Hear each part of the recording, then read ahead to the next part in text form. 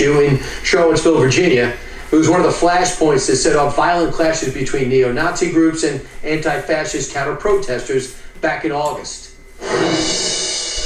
But even before all the chaos erupted, I went down to take a look at the controversy surrounding the statue of the man credited with saving New Orleans more than 2 centuries ago. Major General Andrew Jackson. What he did is still mind-boggling. He put together an army in a matter of weeks that held off the finest fighting force in the world at that time, the British Army, and saved a city. Honestly, saved a country in the big picture. But yet some are saying, not impressed. We want to diminish Jackson, and it's going to start by taking this statue down.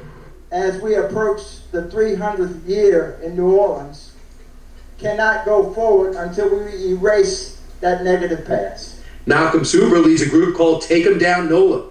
They've been successfully fighting for the removal of statues across the city. He now has his sights set on Andrew Jackson.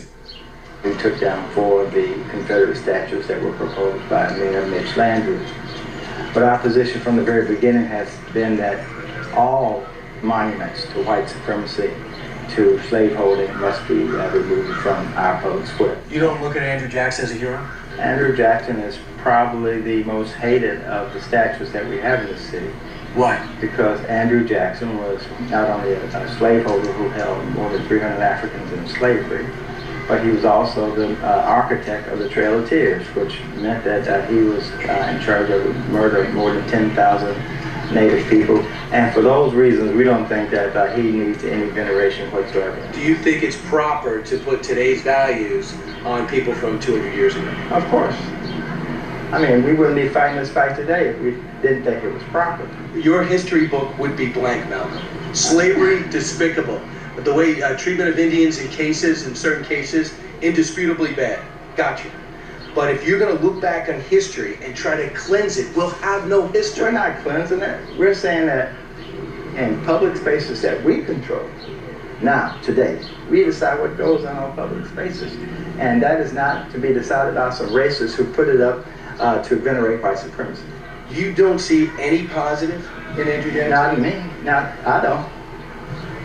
I don't see anything aside from acknowledging that he was the 7th president, that he was an adequate general, but a despicable human being. And we don't honor despicable human beings. That's my opinion. As statues come down all across the South, including New Orleans, some residents are fighting to keep Jackson in Jackson Square. Right now, there's a big effort for the last 2 years to take down several monuments, about 20, of NOLA history. Andrew Jackson was a fantastic hero in saving New Orleans, and the world owes him a lot in the sense of this country, which is freedom. But why would some people want to take it down? Well, I don't think anyone really understands. We go out there where the battle happened, there are plaques. And the plaques say that 450 men of color fought under Andrew Jackson. So here you have people saying take him down because he owned slaves. And when this battle was won, opened up America, really. New Orleans became a city that thrived. You don't erase history. History is what everybody wants to read in books. You don't burn books. Andrew Jackson came down here with a bullet in him and dysentery and figured out how to build a blockade about 9 miles south of New Orleans to stop the British from coming in.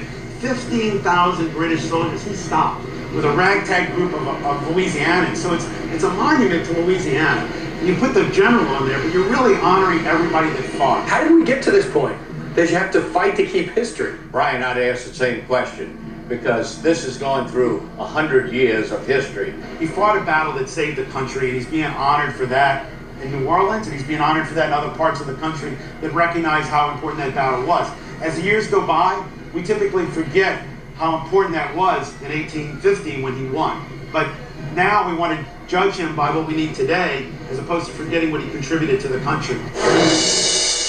All right, that's all the time we have. Thanks so much for joining us. And don't forget to check out my new book, Andrew Jackson and the Miracle of New Orleans. Hope you like it.